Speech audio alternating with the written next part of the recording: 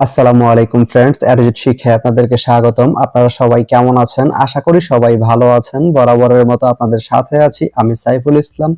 চলে এসেছি নতুন একটি ভিডিও নিয়ে। আজকে আমরা জানবো আপনি চট্টগ্রাম থেকে নাঙ্গলকোট যেতে কোন কোন ট্রেন রয়েছে, সেই ট্রেনগুলো ছাড়ার নতুন সময়সূচি, ভাড়ার তালিকা, বন্ধের দিন এবং গিয়ে পৌঁছতে কতক্ষণ সময় লাগবে বিস্তারিত। আমি যদি প্রথমে আপনাদেরকে ভাড়ার তালিকাটা দেখিয়ে দেই, আপনি চট্টগ্রাম থেকে নাঙ্গলকোট যেতে এস চেয়ার বা শুভন চেয়ার যে সিট এর মূল্য পড়বে 155 টাকা, শুভন নরমাল যে সিট এর মূল্য পড়বে 130 টাকা, এফ চেয়ার বা এফ সিট এর মূল্য পড়বে 242 টাকা এবং স্নিগ্ধা সিটের মূল্য পড়বে 299 টাকা এবং এসিএস সিটের মূল্য পড়বে 357 টাকা। এখন আমি যদি আপনাদেরকে ট্রেনের সময়সূচিগুলো বলে দেই, আপনি চট্টগ্রাম থেকে নাঙ্গলকোট যেতে প্রথমেই যে ট্রেনটি রয়েছে সেটি হচ্ছে চট্টলা।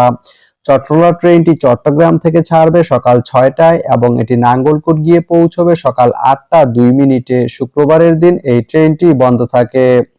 এরপরে রয়েছে পাহাড়িকা। পাহাড়িকা ট্রেনটি চট্টগ্রাম থেকে ছাড়বে সকাল 7টা 50 মিনিটে এবং এটি নাঙ্গলকোট গিয়ে পৌঁছবে সকাল 9টা 43 মিনিটে। সোমবারের দিন এই ট্রেনটি বন্ধ থাকে।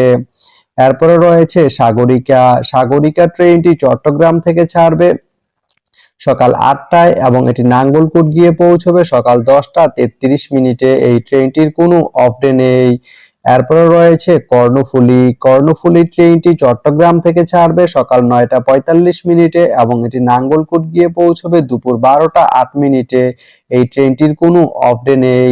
এরপরে রয়েছে মহানগর এক্সপ্রেস। মহানগর এক্সপ্রেস ট্রেনটি চট্টগ্রাম থেকে ছাড়বে দুপুর 12টা 30 মিনিটে এবং এটি নাঙ্গলকোট গিয়ে পৌঁছবে দুপুর 2টা 24 মিনিটে। রবিবারের দিন এই ট্রেনটি বন্ধ থাকে। এরপরে রয়েছে ময়মনসিংহ মেল। ময়মনসিংহ মেল ট্রেনটি চট্টগ্রাম থেকে ছাড়বে বিকাল 4টা 15 মিনিটে এবং এটি নাঙ্গলকোট গিয়ে পৌঁছবে রাত 8টা 1 মিনিটে। এই ট্রেনটির কোনো অফ ডে নেই।